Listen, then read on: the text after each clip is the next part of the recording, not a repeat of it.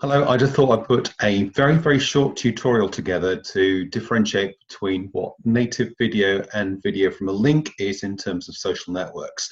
The reason for this is that video marketing is an incredibly powerful thing right now. All of the major platforms are focusing their attention on video, so Facebook, LinkedIn, and Twitter in particular.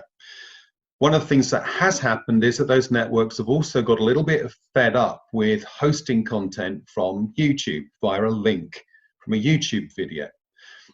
What they want is the video to be uploaded natively directly to their account, so they've actually got the video on their account and can promote it properly. As a result, a number of the social networks make links from YouTube look really appalling and make native video look really good. And I'm going to demonstrate this for you now. I'm just going to share my screen. Right, okay, so this is my Twitter account. And I've set up something already so we can have a look at this. Now, for instance, what we have here, as you can see, this is a YouTube video.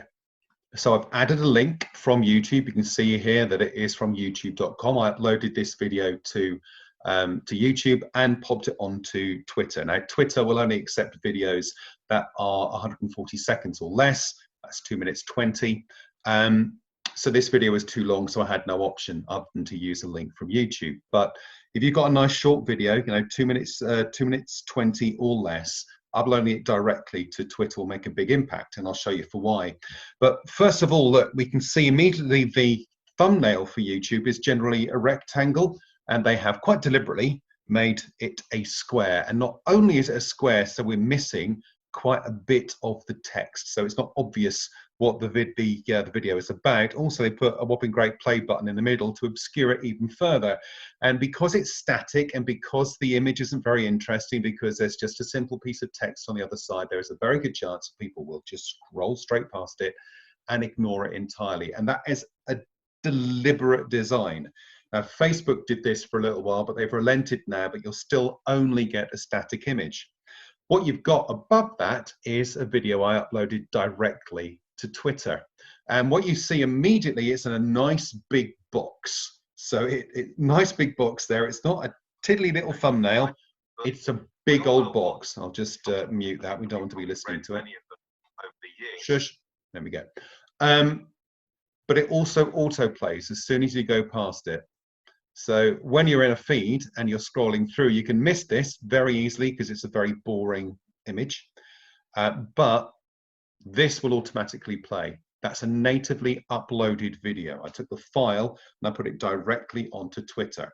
Now, Twitter, as I say, you've got to be under 140 seconds, but on Facebook, you can upload up to 2 hours of footage. I wouldn't suggest that that's a good idea, but they will accept up to 2 hours of video footage.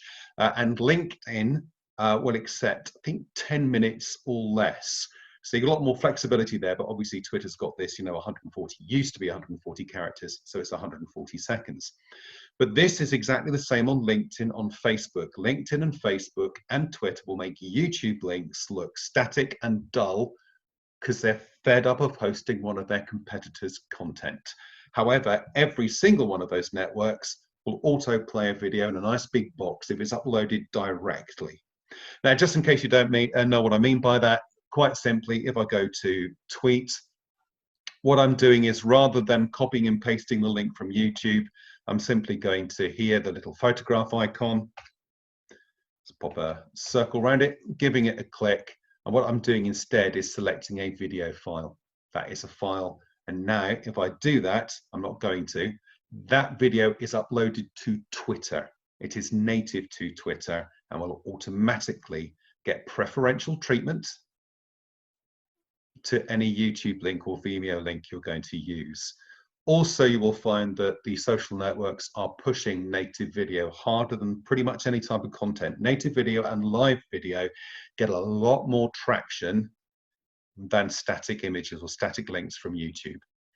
Definitely worth getting into video. It's massively powerful, huge amount of additional engagement you get on platforms for native video.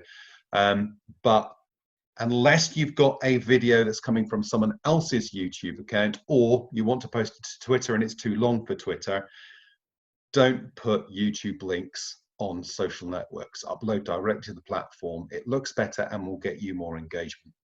Hope that was useful. If it is, please give the video a thumbs up and subscribe to the channel if you are on YouTube.